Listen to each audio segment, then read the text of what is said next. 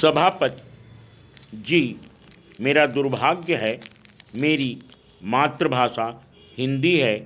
अच्छा होता यदि मैं किसी अहिंदी प्रांत में पैदा हुआ होता, क्योंकि तब अगर हिंदी के पक्ष में कुछ कहता तो मेरी बात का ज़्यादा वजन होता।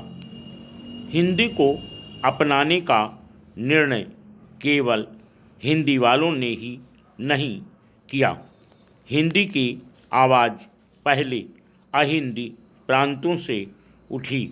स्वामी दयानंद जी, महात्मा गांधी या बंगाल के नेता हिंदी भाषी नहीं थे। हिंदी हमारी स्वतंत्रता के आंदोलन का एक कार्यक्रम बनी और 15 सूत्रीय कार्यक्रम के अंतर्गत उसका समावेश किया गया। हमारे संविधान का जो पहला मसौदा बना, उसमें अंग्रेजी के लिए 5 वर्ष की अवधि देने का तय किया गया था। हिंदी अंकों को अंतर्राष्ट्रीय अंकों का रूप दिया गया। राष्ट्रभाषा की जगह हिंदी को राजभाषा कहा गया। उस समय अहिंदी प्रांतों से हिंदी का विरोध नहीं हुआ था, लेकिन 15 वर्ष में हमने क्या किया? यदि 15 वर्ष में जैसा कि सभा ने निर्णय किया था और जैसा कि संविधान में लिखा गया था, हिंदी पढ़ाने की व्यवस्था होती, तो फिर आज जो परिस्थिति पैदा हो गई है वह न होती। लेकिन केंद्र तो मद्रास में हिंदी नहीं ला सकता था। मद्रास की सरकार ने हिंदी को अनिवार्य नहीं किया। अनिवार्यता हटा ली गई।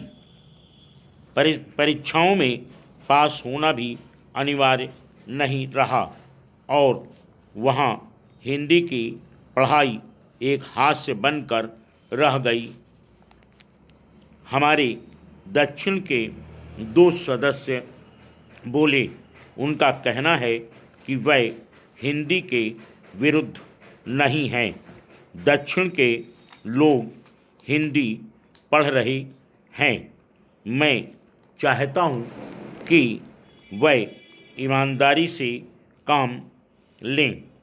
कितने लोग हिंदी पढ़ रहे हैं और कितने लोग अंग्रेजी पढ़ रहे हैं?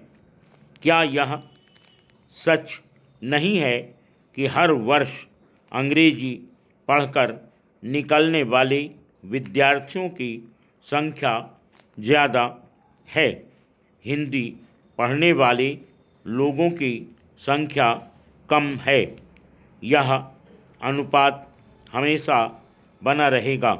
हम अपने को धोखे में न रखें। मैं किसी भी अहिंदी प्रांत पर हिंदी लादने के विरुद्ध हूँ। मद्रास में जो कुछ हुआ है उसने हमें बड़ा व्यथित किया है। लोकतंत्र की स्वतंत्रता के 15 वर्ष बाद हम अपने देश की भाषा के विरोध में जलकर मर जाएं, इससे बढ़कर लज्जा की बात और कोई नहीं हो सकती। दुनिया वाले हम पर हंसते हैं, लेकिन जो जलकर मर गए हैं, मैं उनकी भावना का आदर करना चाहता हूँ। यह बात अलग है कि वह हिंदी के विरोध में मर गए।